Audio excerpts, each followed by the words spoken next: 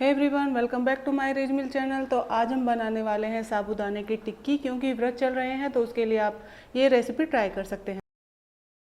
साबूदाने को आधे घंटे के लिए पानी में भिगो दीजिए ताकि वो अच्छे से फूल जाए। और हमने यहाँ 4 आलू लिए हैं और इसमें विसल लगा लेते हैं। आलू को अच्छा उबाल लेना है तो 2-3 सीटी लगाइएगा आप यहाँ पर। और तब तक हम बना लेते हैं एक मसाला। तो उसके लिए मैंने 4 से 5 हरी मिर्चें ली हैं। कोकोनट का बुरादा यहाँ पर लिया है, जो ताज़ा नारियल होता है, इसको घिस के लिया है।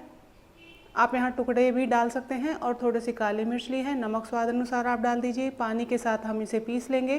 तो पीसते वक्त आप ज़्यादा पानी का इस्तेमाल ना करें। तो यहाँ आलू भी उबल चुके हैं, छिलके उतार लिए हैं। और अब हम यहाँ डालेंगे भीगा हुआ साबूदाना। तो यहाँ मैं इसे कम क्वांटिटी में बना रही हूँ, इसीलिए मैंने थोड़ा सा साबूदाना बचा लिया है। अब जो पेस्ट हमने बनाया है उसे ऐड कर देते हैं और आलू को मैश करते हुए यहाँ ऐड करेंगे। तो इन सारी चीज़ों को मिलाने के बाद हम यहाँ नमक डालेंगे स्वाद अनुसार। आप व्रत का नमक यूज़ कीजिएगा। हल्दी डाल देंगे और 1 चम्मच के करीब मैंने यहाँ डाली है जीरा। और इसे मैश कर लेंगे।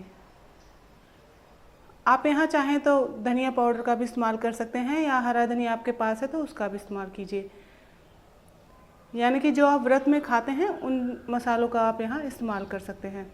अच्छे से मिक्स करने के बाद अब हम एक पैन गरम करेंगे और उसमें मैंने देसी घी इस्तेमाल कर रही हूँ। तो यहाँ देसी घी हम डाल देंगे क्योंकि व्रत में देसी घी ही खाते हैं।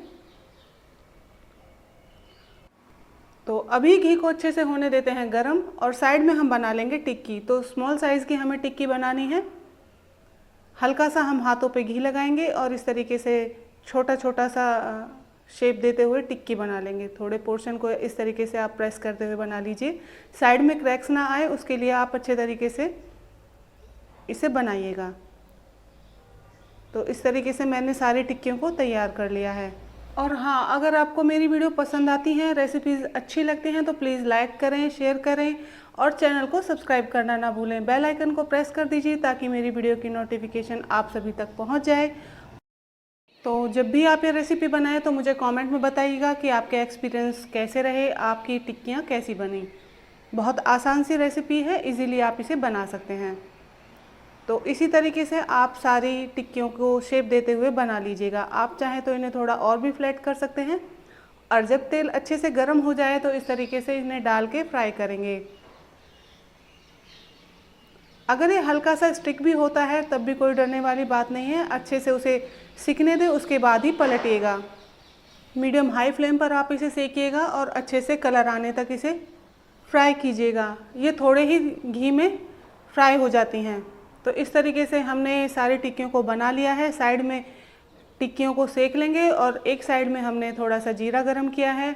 आप चाहें तो इसे दही के साथ सर्व कर सकते हैं, चाय के साथ इसे खा सकते हैं। तो चॉइस आपकी है। मैंने यहाँ दही के साथ इसे सर्व किया है। दही में हल्का सा नमक डाला है, 1 हरी मिर्च डाल के इसे सर्व किया है। तो बहुत ही टेस्टी और अमेजिंग रेसिपी है। एक बार इसे ट्राई ज़रूर कीजिएगा। और फिर मिलते हैं नेक्स्ट वीडियो में एक और नई रेसिपी के साथ। तब तक के लिए आप ये रेसिपी ट्राई कीजिए। Bye bye.